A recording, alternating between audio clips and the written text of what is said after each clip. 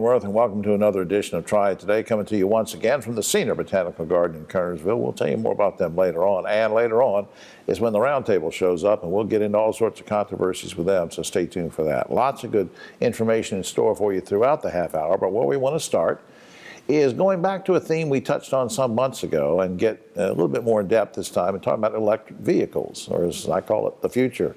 But I think the future is here. We're going to find out why with our very special guest, good friend who's been with us many times before. Davis Montgomery is District Manager for Local Government, Community Relations for Duke Energy. Welcome back, sir. Good morning, Jim. Just to get us started, now I understand there's a growing support for electric vehicles, and not just among certain little groups here and there, but through a lot of groups. That's absolutely true. Over the last couple of years, mainly the last 5 years, you've seen a lot of interest in electric vehicles from government, as well as commercial, as well as residential. So it's going across all three of those spectrums. Right, and it used to be just, certain environmental folks would say, let's do it and whatever, but everybody seems to be getting on board with this. What is Duke Energy doing specifically? Maybe give me an example or something of what you're doing to advance the use of electric vehicles. So as we look at the landscape, the new landscape, we realize there's a couple of things out there that just are not in place yet, and that's mainly the infrastructure. So we're working with the state to involve several pilots that we're involved in across the state to expand that infrastructure.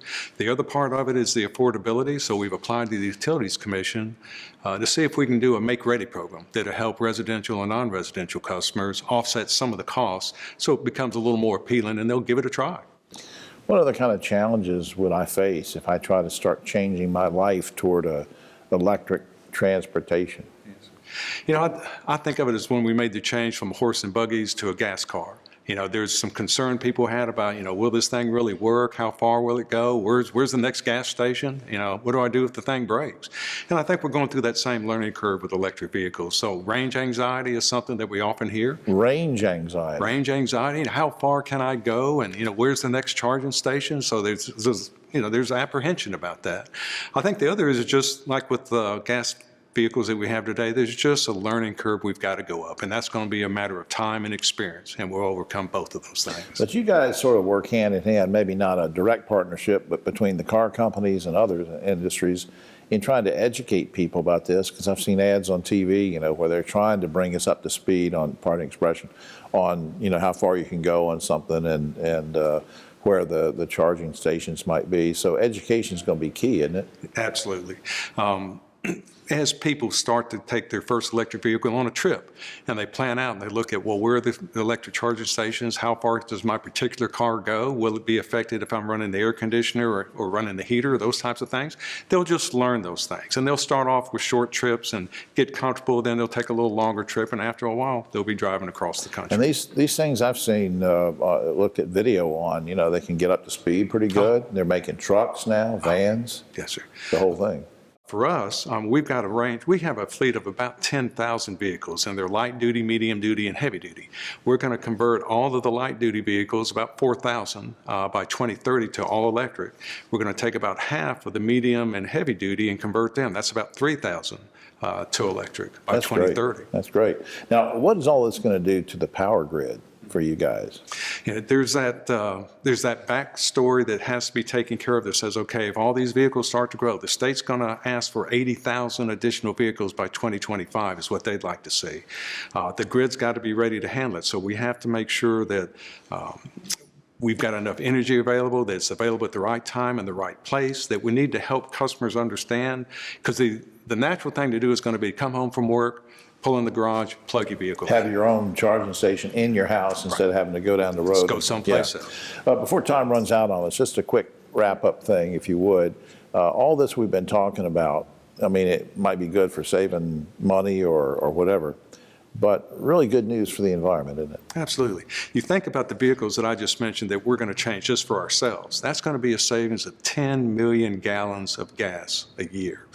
And that's on the user end. If you go back to the generation end, where we're making the energy that these electric vehicles use, if we do more and more of that with renewable energy, then it also offsets those carbon emissions at both sides of the equation. This is great. Up on screen, duke-energy.com is the main website, but as I call it, the Jimmy Flythe website. website. He always likes me to mention pitches it hard. the generatingprogress.com. Seriously, a lot of good consumer information on there, so check that out as well. Davis, I appreciate you doing it. It's been a real pleasure. Thank you, Jim. All right, we'll be right back. Now, where I'd like to start is to talk about lung cancer and understand more about it. And we have a very special guest who's going to help us through this. With me right now, Dr. Robert Ferguson is a thoracic surgeon, and he's with Wake Forest Baptist Health, of course. Welcome to the program. I appreciate this opportunity. By way of, you said you went to West Virginia and then also for undergrad, I think, and then now you're working at Wake Forest. So what happens if Wake Forest plays West Virginia in football? What are you going to do? Well, my heart lies in the state of West Virginia, so I will, of course, cheer for the Mountaineers. But I do. Well, that's the end of this segment, folks. Being sponsored today by the University of West Virginia. No, all right. Now let's be serious. How prevalent is lung cancer, Doc? Lung cancer is actually the most prevalent cancer in the United States. And being the most prevalent cancer, it's actually the #1 killer in the United States as well. Is it more common? I mean, we didn't rehearse this or anything, but is it more common in this area or in North Carolina or the Triad? I mean, how do we rank? No, I think with the Triad's rich heritage in tobacco, we do see lung cancer and its prevalence more common in the Triad area. Now, you mentioned tobacco, so let's skirt around that for a minute. Let me ask you this one. What are some of the major causes that cause you to develop lung cancer? By far, the most common cause is smoking. And it's not just smoking 1 or 2 cigarettes once or twice in college, it's smoking over a long period of time. Secondhand smoke, too? Secondhand has been shown to cause lung cancer as well. And of course, there can be other kind of complications in the lungs and congestive heart failure and everything else. But as far as the cancer is concerned, a lot of us know about various screenings for certain types of cancer, but I'm wondering, is there a screening for lung cancer? Absolutely, and screening for lung cancer has been popularized within the last 10 years, mostly within the last 5 years, and it's actually been what I would call the #1 innovation in terms of lung cancer care in the last 10 years, and it's shown a substantial improvement in survival with lung cancer. What does that involve? What is again, I mean, you don't have to get too involved, but what does that involve, a lung cancer screening? With lung cancer screening, of course, if you meet the screening criteria, you would have a face-to-face visit with a clinician. You would talk about the risks and benefits of lung cancer screening. The benefits is, of course, obvious, finding cancer at an early stage. The risks are very minimal. It's just finding other things that we did not expect to find on the CT scan. Once you had that informed discussion, what you would do is you would show up at an imaging center and undergo a brief low dose, meaning minimal contrast CT scan, and then we would grade you based on the findings on that CT scan. And based on the grading system is the recommendations we would have, whether to undergo a biopsy of a tumor or not finding a tumor at all, or follow up in 3 to 6 months. Now, let me ask it may sound like a stupid question, but I mean, a lot of us are aware of things like breast cancer screenings and other things. And you talked about if somebody's eligible, you made sort of a reference to that. Because obviously you don't just pick up the phone and say, I want a lung cancer screening. Now, how do you determine who's eligible and who should get this? So there's 3 main screening criteria, 55 to 75 years old, and there's actually a push to expand those numbers to incorporate a larger population. You want to have smoked for at least 30 pack years, which means if you smoke 1 pack a day for 30 years, that's 30 years. If you smoke 2 packs a day for 15 years, that also adds up to 30 years as well. Okay. And you want to have smoked within the last 15 years. If you have quit over 15 years ago, the likelihood of you developing a cancer drops off. So those are the 3 main criteria, but there are shades of gray that can be considered for lung cancer screening as well. We're almost out of time. Just a quick statement. How important is early detection? I think it's the most important thing for the patients that qualify for lung cancer screening to do. If we find the lung cancer at a very early stage, the chances of them having a long-term survival and upwards of 95% never having a problem with it ever again is very, very high. So I encourage those who qualify to get lung cancer screening. Up on screen, we have the basic website, the general website, wakehealth.edu, but I also want to put up a number here, area code 336-713-LUNG, that's 713-5864. that can get you some more information and possibly even set up an appointment, which I hope you'll do, because as Dr. Ferguson said, early detection is very important. Doc, will you come back sometime? Absolutely. Thank you for having me. All right. We'll be right back after this. Triad Today, always glad when we can spend a few minutes with some of the good folks from Alamance Community College. We're going to do that right now. And our special guest is Dr. Elizabeth Riley. Liz is head of the Department of Horticulture Technology and Agricultural Biotechnology at Alamance Community College. Welcome to the show. Thank you, Jim. I appreciate it. I know that the horticulture program, because we've talked about things like this before in the program, at Alamance Community College has a long history. But I understand you're now adding some new programs, so fill me in on that. Yes, so the horticulture program has been in place for a little over 30 years now. It's been very successful, and a couple of years ago we had a donor make an anonymous donation of a 47-acre farm. Wow. Yeah, so that really helped us to be able to look at our program and see, okay, where are our next steps? So pending approval in 2022, we'll be starting 3 new programs. Okay.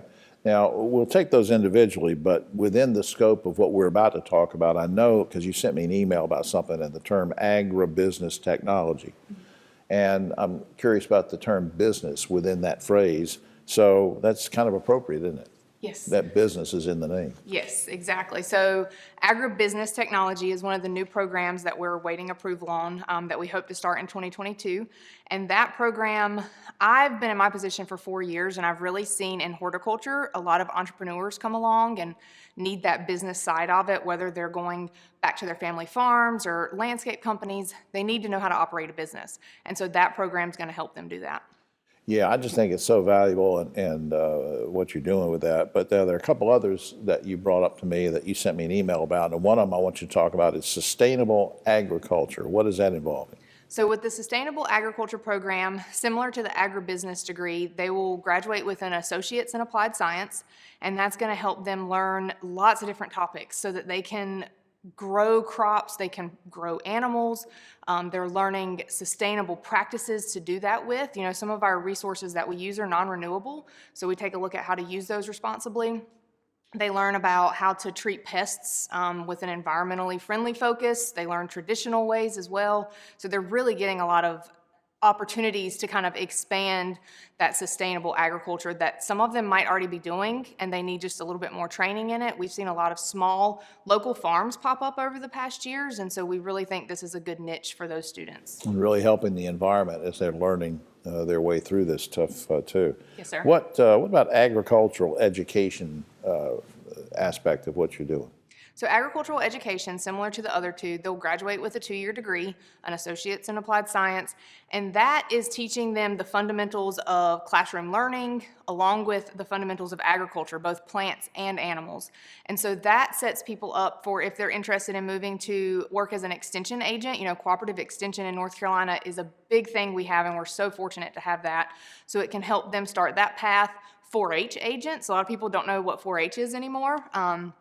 So getting them trained to help teach kids about agriculture, crop production, lots of things like that. How is, we didn't rehearse this, but how do you think the 4-H programs are? I know we've had the pandemic, that's made it difficult, but overall and over the years, you're kind of a big supporter of 4-H, right? Yeah, so we are a big supporter. We are obviously in Alamance County, so we partner a lot with the Alamance County Cooperative Extension Agency, and they have several 4-H programs in place. We at ACC host one. We're called the ACC Snapdragons, and so we teach them about lots of different plant-related things. So we've seen, we kept going through the pandemic. We were doing Zoom meetings with the kids. We were dropping kits off on their front porches. So we really kept going with that. And I've seen a lot of the 4-H programs do that. And so we're just You said dropping kits off on you didn't, not dropping kids off on front porches, yeah. Yeah, like mushroom grow bags, worm bins, things they can do and get their hands dirty at home, That's cool. socially distant. That's cool.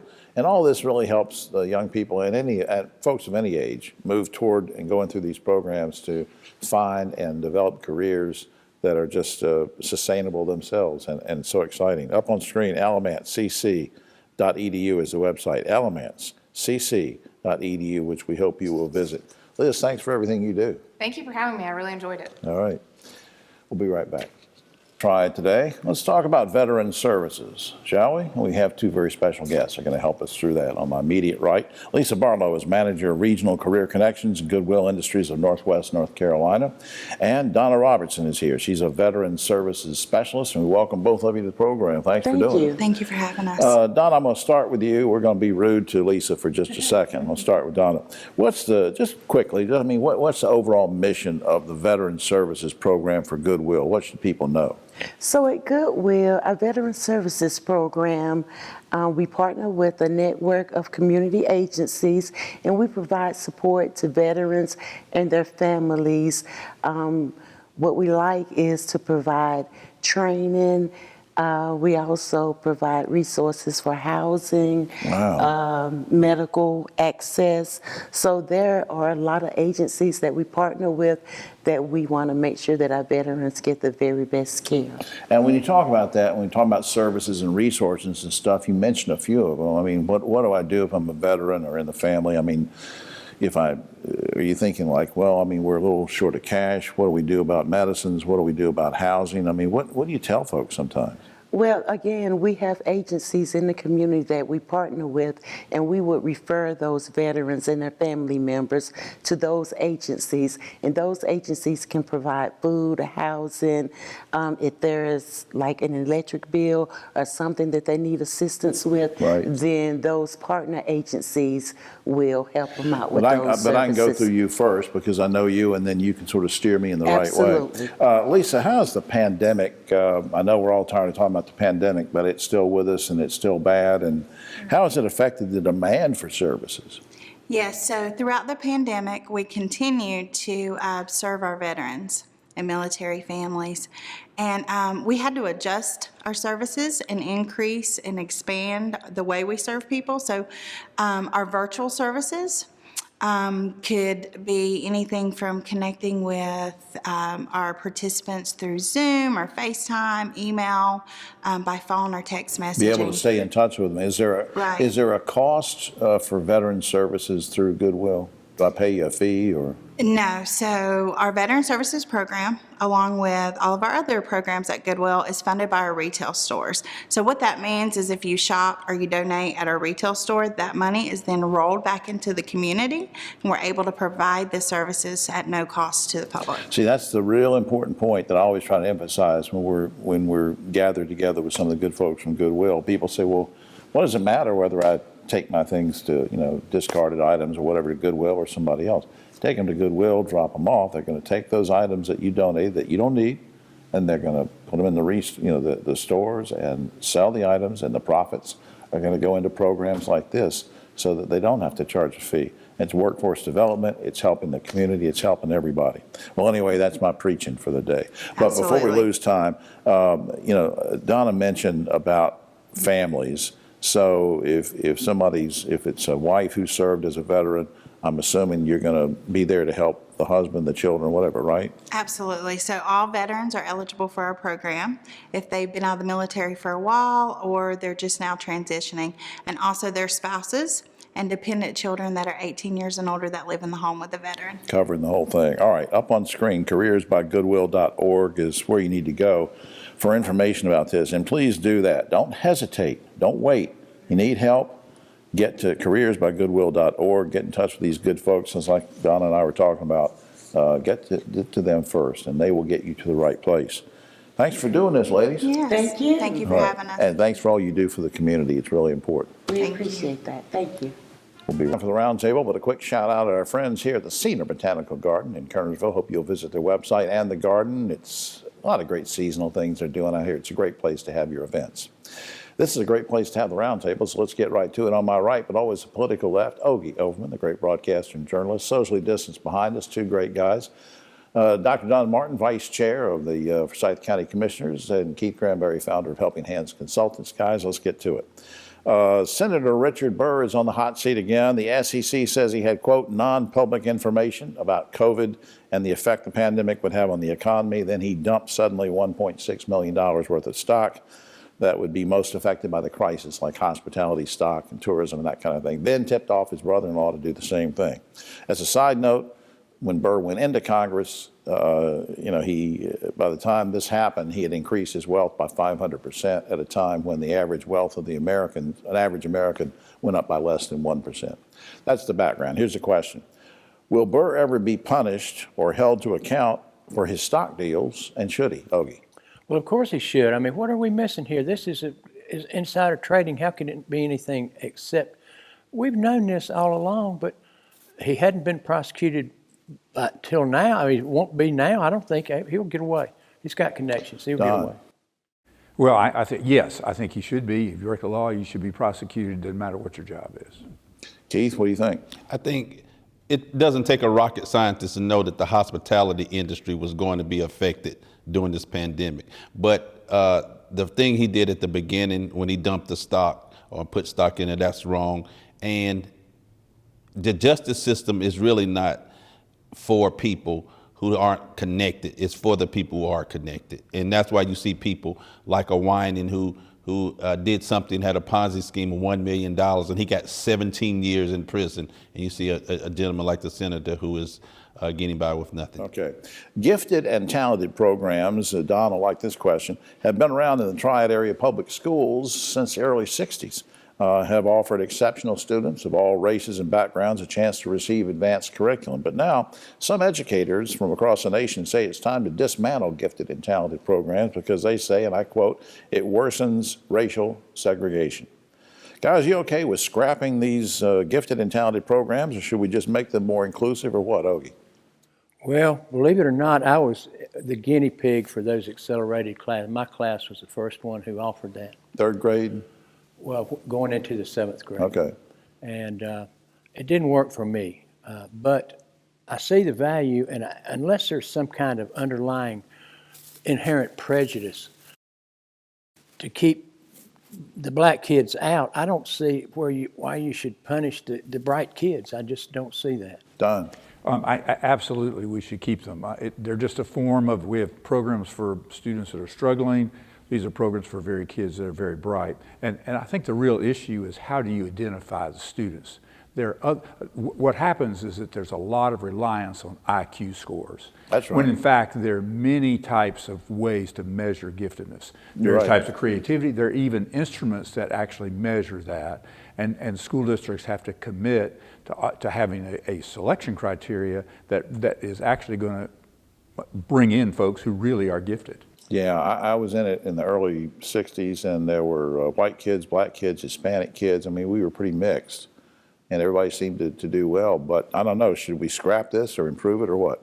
I think Don said it best in terms of the relying on, well, how do you measure or identify gifted people? There are gifted black and Hispanic kids, and you can't dismantle that piece because of a racist operation. It is black and white kids who are gifted should be able to be in classes together. Absolutely. All right. Last year, a Texas school district established a grooming policy that prohibited boys of all races, sizes, creeds, prevented them from wearing long hair.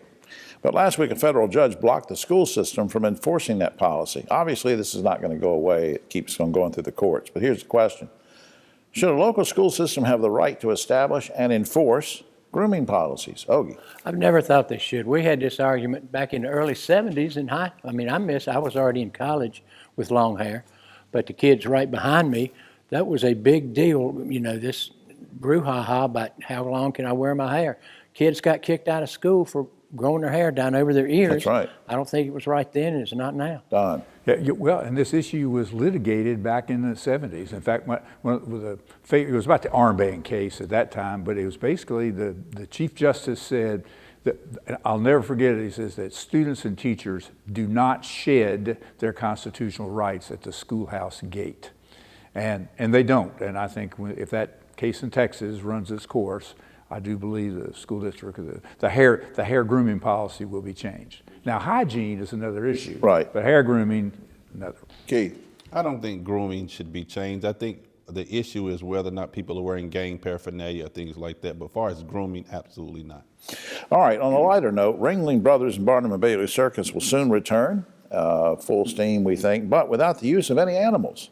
Given the abuse suffered by circus animals in the past, I applaud what they're doing, but my question to you guys is, will a circus without animals be successful? Ogie. Well, they're going to have to redefine themselves clearly, but maybe they could follow the Cirque du Soleil model. I mean, they do well with no animals. Just You know, acrobatic get more, stuff. more acrobatic and, you know, creative. What do you think, Don? I agree. My wife thinks that when it's close, this is terrible. But actually, I think they'll survive. Quickly, Keith, what do you think? You cannot survive in a circus without animals. I don't know what kind of circus that would be. Interesting. I have no clue what kind of circus. I can't don't even- want to go. No, I can't even survive the round table without animals. All right, and finally, the Lego company is now making Lego sets for adults. Company officials say that playing with Legos for adults is a way for them to reduce stress. Quickly, guys, have you ever played with Legos, and would you play with them now to reduce stress? Ogie. I wasn't, and I was never any good at Legos. If it works for people, fine, but I did other things. Makes to you reduce more stressed. Don, I love Legos, and for me, it relieves stress. would you play with Legos to reduce stress? What do you No, I'll let you play with the Legos. play with something? All right, well, that's all the time we have. Oh, except for this, a growing number of conspiracy nuts are saying that if they take the COVID vaccine, it will turn them into a human magnet. Said one anti-vaxxer, hey, I don't want nothing to make anything about me magnetic. Hey, buddy, mission accomplished. All right, you know what that means? All right. For all of us here, try it today. I'm Jim Longworth. We'll see you next time.